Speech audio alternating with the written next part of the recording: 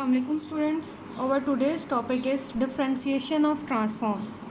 If you have a function fx of this form f of x x power n, where n is any positive integer and f of x is piecewise continuous on every finite interval, and this function x n f of x is absolutely integrable, then the Fourier transform of this function x n f of x will be equal to iota power n dn over d omega n f of omega, where n is any positive integer. ठीक है, तो इस result को हम with the help of mathematical induction जो है वो solve करते हैं या इसका प्रूव करते हैं.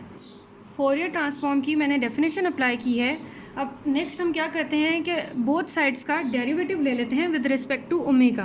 Then d over d omega f of omega equal to d over d omega minus infinity to infinity e minus iota omega x f of x d x. ठीक है, then according to the Leibniz rule of differentiation under the integral sign, we get d over d omega f of omega, and it is equal to integral minus infinity to infinity partial over partial omega. यानी हमने यहाँ पे क्या किया है, Leibniz rule of differentiation use किया है, e power minus iota omega x f of x d x. अब इस फंक्शन को इंटीग्रेट पार्शियल डेरिवेटिव ले लें विद रिस्पेक्ट टू ओमेगा. तो यहाँ से ये क्या आ गया, d over d omega f of omega it is equal to integral minus infinity to infinity. इस फंक्शन का हमने विद रिस्पेक्ट टू ओमेगा जो है डेरिवेटिव लेना है. तो यहाँ से क्या आ जाएगा, e bar minus iota omega x, minus iota x आता आएगा, माइनस आयोटा कॉन्स्टेंट है और साथ में एक्स को मैंने फंक्शन के साथ लिख लिया F of x d x. तो अब यहाँ से आप देखें इतनी डेफिनेशन जो बन रही है, इतनी जो डेफिनेशन है इंटेग्रल से लेके यहाँ तक, ये फोरियर ट्रांसफॉर्म की डेफिनेशन नहीं बन रही. यानी this is equal to minus iota Fourier of f of x f of x, इसी की डेफिनेशन है. ठीक है, तो इट्स मीन कि यहाँ से मैं लिख सकती हूँ that Fourier of x f of x it is equal to iota d over d omega f of omega. यहाँ मैंने क्या किया है, आयोटा को इस साइड पे लिखी हूँ लेफ्ट हैंड साइड पे, तो F of Fourier of x f of x left side पे लिख लिया और राइट साइड पे लिख दिया आयोटा और ये वाली value d over d omega f of omega. So यहाँ से हमारे पास क्या शो हुआ, that this result is true for the value of n equal to 1. ठीक है, which shows that the result is true for n equal to 1. Now we will assume that the result is true for n equal to k, क्योंकि हम mathematical induction use कर रहे हैं ना. पहले हम n इक्वल टू 1 के result को प्रूव करेंगे, फिर देखेंगे कि एज्यूम करते हैं that this result is true for n equal to k, then we will show that the result is true for n equal to k plus 1. अगर जो रिजल्ट है n इक्वल टू के के लिए ट्रू है तो इसका क्या मतलब है, that Fourier of x k f of x it will be equal to iota power k d k over d omega k f of omega. यही चीज़ जो एफ ऑफ एक्स के लिए यहाँ पे मैंने प्रूव की थी, Fourier of x f of x x की बार के कर दो, यानी यहाँ पे एन की वैल्यू हम क्या ले गए हैं, के ले गए हैं. तो सेम अब यहाँ पे क्या करना है, डेफिनेशन अप्लाई कर दें. Fourier of x k f of x पर हम फोरियर की डेफिनेशन अप्लाई कर देते हैं. राइट हैंड साइड इस फंक्शन की ऐसे ही आ गई ये वाली चीज़, और इस लेफ्ट हैंड साइड पे मैंने क्या किया, फोरियर की डेफिनेशन अप्लाई की है. अब सेम जैसे हमने के एन की वैल्यू 1 के लिए केस किया था, डिफ्रेंशिएट कर दें बोथ साइड्स को with respect to omega, then we get इस साइड को डिफ्रेंशिएट किया विद रिस्पेक्ट टू ओमेगा और इस साइड को भी जब डिफ्रेंशिएट किया विद रिस्पेक्ट टू ओमेगा, तो यहाँ पे क्या था, D k over d omega के.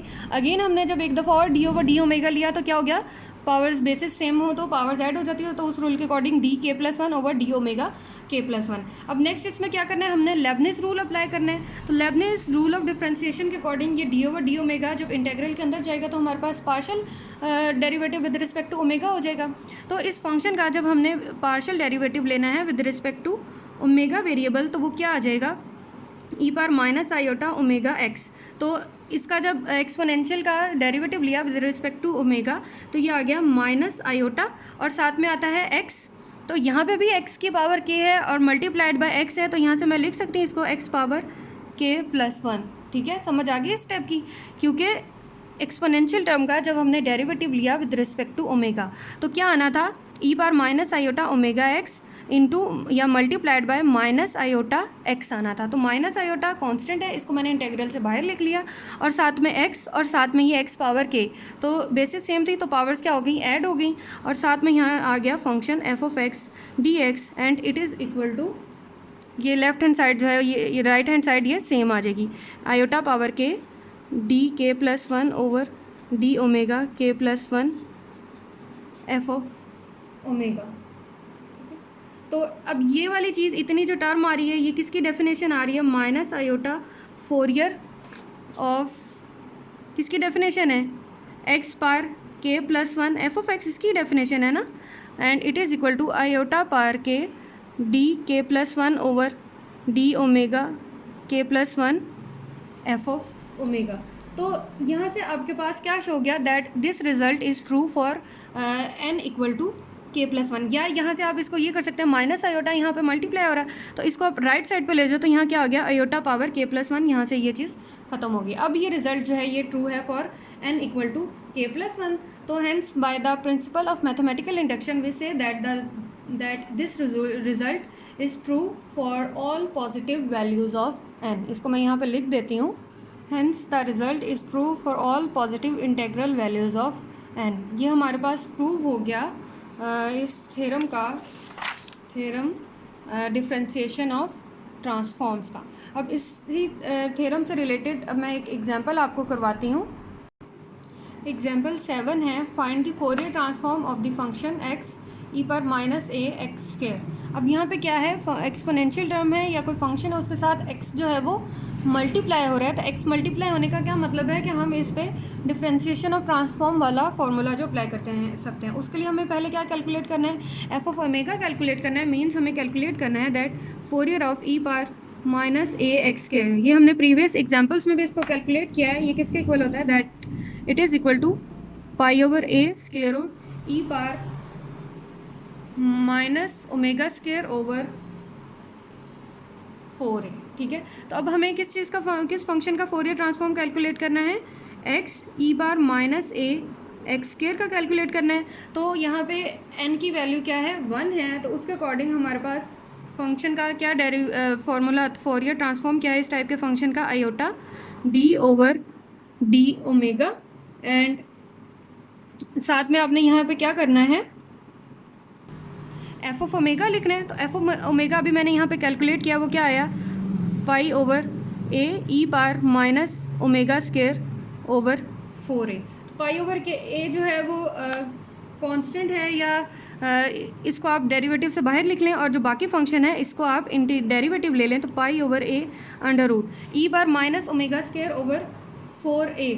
इस फंक्शन का हमने क्या लेना है, डेरिवेटिव लेना है। तो e bar minus omega square over 4a, तो जब डेरिवेटिव लिया तो वो क्या आ गया, माइनस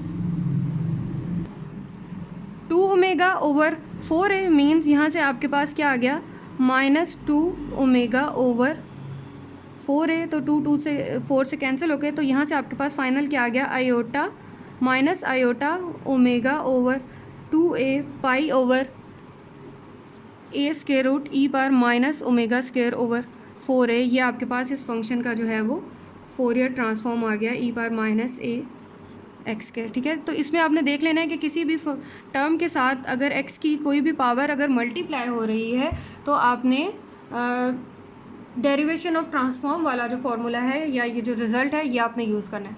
होपफुली समझ आ गई होगी आपको। जो सॉल्व प्रॉब्लम 12 है ये इसी जो है रिज़ल्ट के अकॉर्डिंग आपने इसको खुद से सॉल्व कर लेना है। Okay, thank you.